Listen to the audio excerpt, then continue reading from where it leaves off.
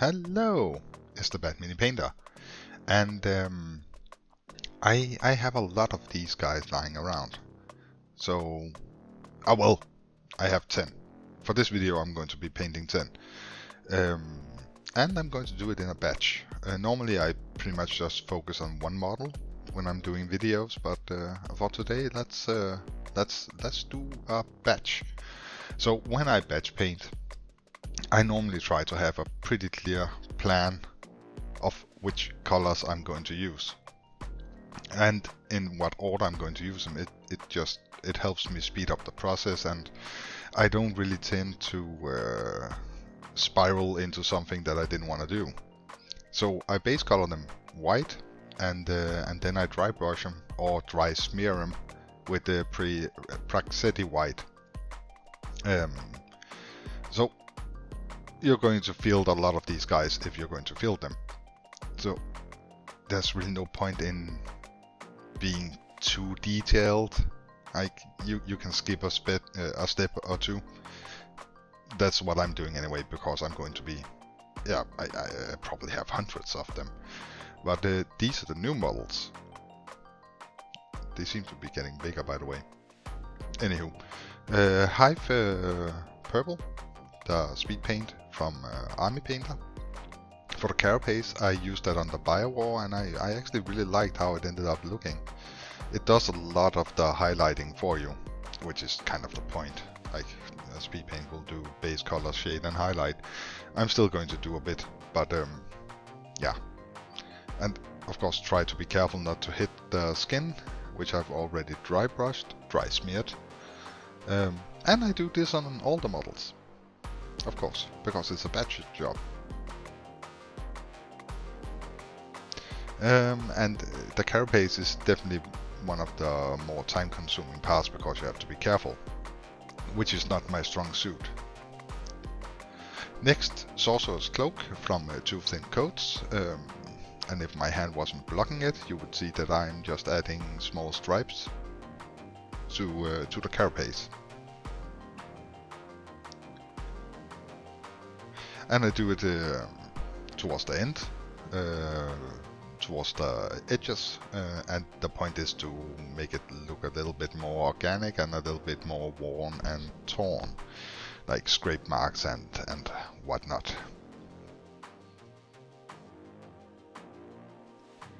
And you can't see it from my hand because I'm brilliant like that, but I try to be like careful to not just cover the entire plate in it, but only touching the edges.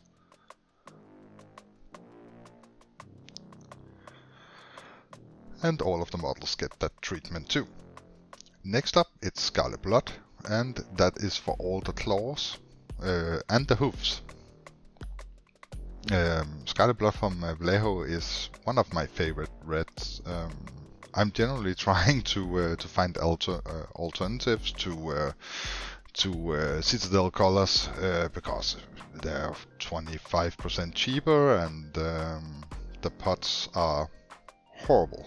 I mean, there's a reason you see people moving the paint into dripper bottles, and that's hard to do without losing some of it. And no, Citadel has good paints, it's not that, it's just too damn expensive. Oh, and I did a mistake there. I also decide to paint the base red, because I'm going to be covering the base with what's called Mars Earth Crust, the crackling texture paint from Citadel, which is about 5 or 6 pounds per pot, so not cheap either. Runic Purple from Two Thin Coats as the last little bit of detail for the carapace.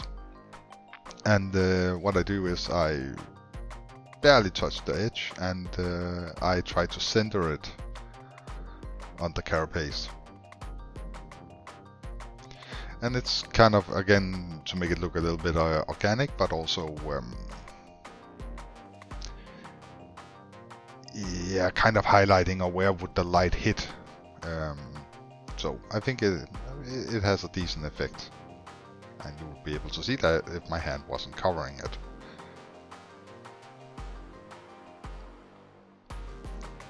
And it's a less tedious part, because it's it's fairly quickly done.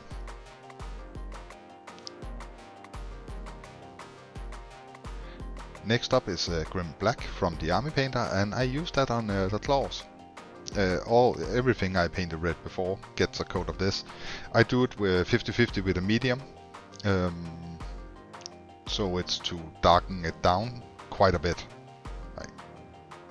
Well, honestly, it's to darken it down a lot, but not making it completely black. And the Grim Black is highly pigmented, so it would pretty much cover everything if I didn't dilute it with medium. I don't know how Black Templar from Citadel would be acting. Maybe I should try that one out. I have the pot lying around.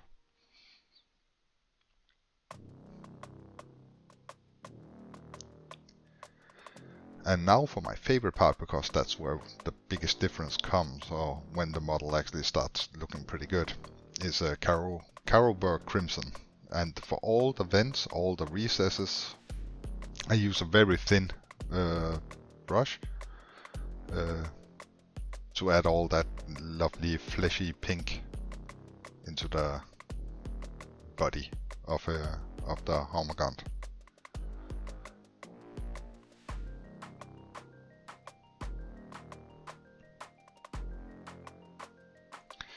White Star, mainly to add a little bit of highlighting on the flesh, and to cover up the mistakes I did. I have a nice purple blotch on the neck of this one,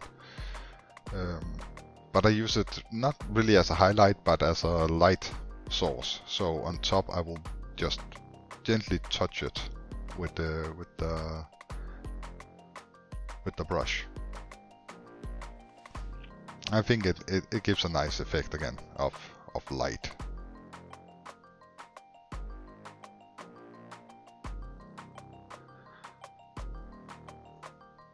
Next is Wild Rider Red, and that's for highlighting the claws and hoofs.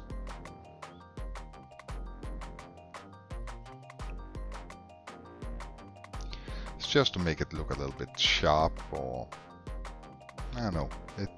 It's a nice contrast. So, and it takes very little time, and it's definitely the kind of detail you won't see on the table, but see, I know it's there. Pink Horror for the tongue.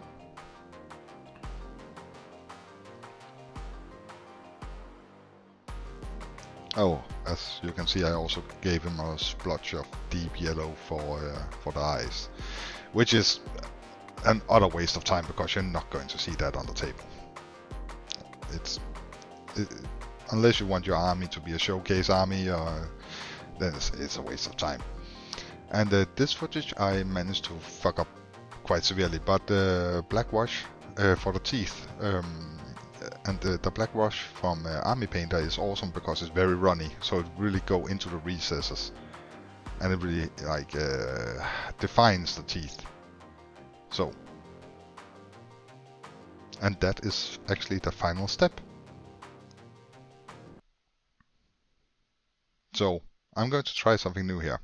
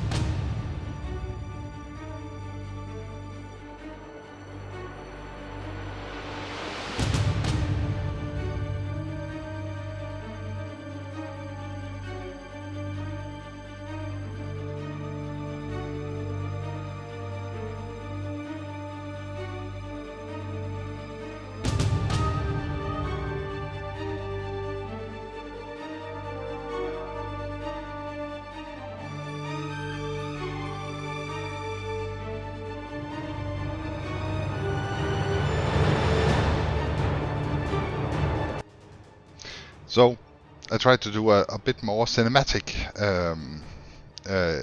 showcase showing of the finished result. As you can see, I put quite a bit of texture on the actual model as well for one of them. But anywho, let me know what you think about this kind of showcase instead of just me panning the camera around. I have considered getting one of those turning disc things. Well, it seems like everyone is doing that, so hey, at least this is different, right? Anywho, that was it. Thank you so much for watching, and it's quite a dramatic finish, isn't it? Like, subscribe, and thank you so much for your time. I really appreciate it. Bye.